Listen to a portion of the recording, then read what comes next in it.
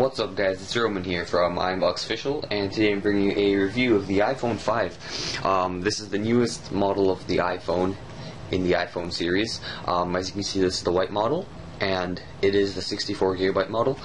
It doesn't say at the back, but this is the 64 gigs. This is $8.99 unlocked in America. The 32GB is $7.99 and the 16 is $6.99. So let's get started. First off, let's look at the design of the iPhone 5. As you can see at the front, it has a 4-inch multi-touch Retina display. You also got the home button right over here.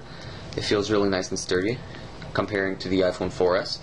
At the top you got the 720p FaceTime camera. It shoots in 720p and can take 1.2 megapixel photos. You got the speaker for talking when you're on the phone, and this is the ambient light sensor right over there. Moving on at the back, you got the 8 megapixel camera with 1080p video recording. You got the LED flash along with, I believe, I'm not sure what that little thing is. It looks like a microphone of some sort. Yes, it's a microphone. And then at the back, you got the nice little aluminum plated, silver plated iPhone backing right over here. Has a really nice silver Apple logo right over there, and it says iPhone at the bottom right over here. Moving down at the bottom of the device, you got the two speakers, and one is the microphone and one is the speaker. You also got the Lightning connector, which is new to all new Apple products from now on. So as the iPad has it too, the 4th generation, and the iPad mini has it right over there. So you also got the headphone jack right over there. And moving up at the side, you got the two volume rockers, along with the vibrate to silent and on and off mode. And at the top of the device, you got the lock button, as I said before. And on this side, you got the nano SIM card slot on this side. Overall, the device looks really slim. It is a lot slimmer. I believe it's 8mm compared to the iPhone 4S, which was 10. It also has a really nice silver bezel going all the way around the device. And it is 112 grams, which is super light, and it feels super light compared to the S3. S3 feels so much bigger than the iPhone, and it weighs 3.95 ounces, I said before, which is super light. It's only 7.6 millimeters thick, which is super light for an iPhone. The phone doesn't even feel like you're holding anything in your hand. That's how light it is. It has a 640 by 1136 pixels, and it's 326 pixel density, which makes the screen Retina display, and it looks very sharp and vivid. You won't find any pixelation whatsoever. The device loads super quickly, and the operating system isn't the best, but it's like nice and simple, and it's very fast, very responsive. As I said, you won't find no lag whatsoever. So let's do a test of the internet. So let's clear all the cache here, and let's open up. Go to nba.com and see how fast it loads up. And this is on Wi-Fi, so it should load up quite fast. As you can see, it's already done. So if you can see, it has like no pixelation whatsoever. It's super like dense. Everything looks really nice and sharp on this display. Let's load up ESPN.com and see how fast that loads up.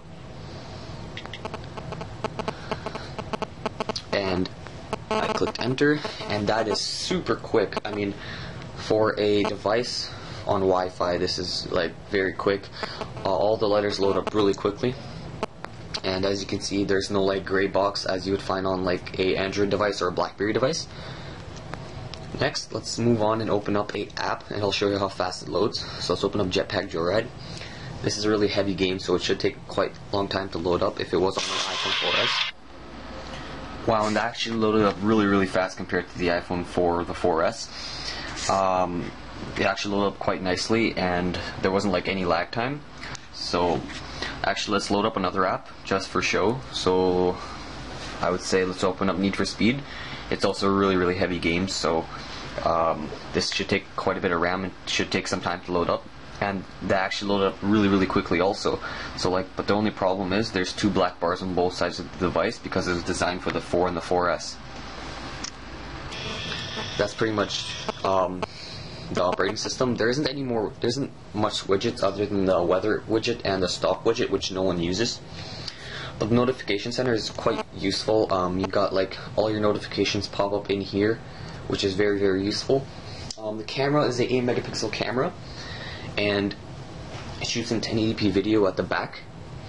And at the front, you got 720p video. It's a 1.2 megapixel camera, and isn't the greatest for photos, but it's still quite it takes really nice photos. Let's take a look at Siri, and this is the new and improved Siri, so you can pretty much find like anything with this. So let's look for like Best Buy. Where's the nearest Best Buy? Where's the nearest Best Buy? I found 15 places matching Best Buy. As you can see, it loaded up super quickly. Shows a bunch of different Best Buys.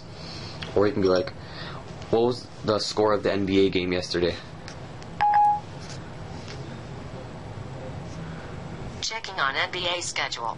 Here are the scores from the NBA yesterday. So it showed all the scores from basketball games yesterday. So as you can see, all the different teams that played, which is an awesome feature also. This is running iOS 6, the latest operating system by Apple. And lastly, this has an Apple A6 chip. It is still a dual-core chip and isn't the fastest. It's a 1.2 gigahertz dual-core processor. And it also has it's triple-core graphics though, so it's a Power VR SGX 543 MP3, and that is triple-core graphics, which is super fast. All the graphics load up quite nicely. It's really nice and vivid. And this does support 4G LTE. So as you can see, it is Rogers right now, but it does have LTE, but it's on Wi-Fi, so I don't really need it.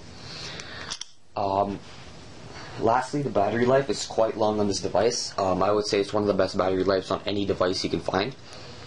And this phone looks really nice in hand. It's like, it looks like a bling. It looks like you're carrying like a nice diamond. It's super rich. I mean, it's super thin also. It feels like you're carrying nothing, as I said before. This doesn't support T-Mobile's network. It doesn't support the AWS 1700, but it does support the 2100 network. So you would get HSPA Plus on this device if you were on T-Mobile. And that is actually pretty much it for the review of the iPhone 5. Thanks for watching. If this helped you in any way, don't forget to leave a like, comment, and don't forget to subscribe, and I'll see you guys later.